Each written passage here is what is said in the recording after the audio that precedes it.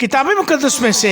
यिर्मयाह की किताब के 24वें बाब की तलावत। जब शाह बाबुल नबूकदनेस्सर शाह यहूदा यकोनिया बिन यहोयाकीम को और यहूदा के उमरा को कारीगरों और लोहारों समेत यरूशलेम से असीर करके बाबुल को ले गया तो खुदावंद ने मुझ पर नुमाया किया, और क्या देखता हूँ कि खुदावंद की हैकल के सामने अंजीर की 2 टोकरियां धरी थीं। एक टोकरी में अच्छे से अच्छे अंजीर थे, उनकी मानद जो पहले पकते हैं, और दूसरी टोकरी में नहायत खराब अंजीर थे, ऐसे खराब कि खाने के काबिल न थे। और खुदावंद ने मुझसे फरमाया, ऐ यिर्मयाह, तू क्या देखता है? और मैंने अर्ज की,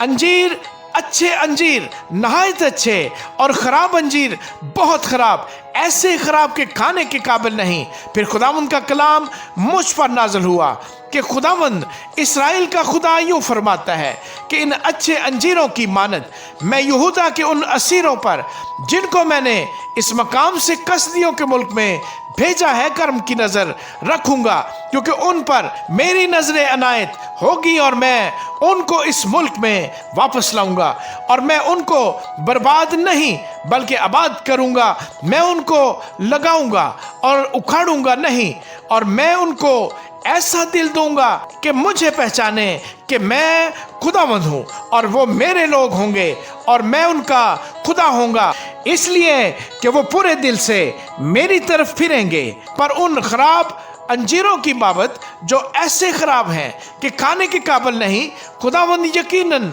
यूँ फरमाता है कि इसी तरह मैं शाह यहूदा सिदकिय्याह को और उसके उमरा को और यरूशलेम के बाकी लोगों को जो इस मुल्क में बच रहे हैं और मुल्क मिस्र में बसते हैं तर्क कर दूंगा। हाँ, मैं उनको तर्क कर दूंगा कि दुनिया की सब मुमलकतों में धक्के खाते फिरें, ताकि वो हर एक जगह में जहाँ जहाँ मैं उनको हाँक दूंगा मलामत और मिसल और तान और लानत का बायस हों, और मैं उनमें तलवार और काल और वबा भेजूंगा, यहाँ तक कि वो उस मुल्क से जो मैंने उनको और उनके बाप दादों को दिया नेस्त हो जाएंगे।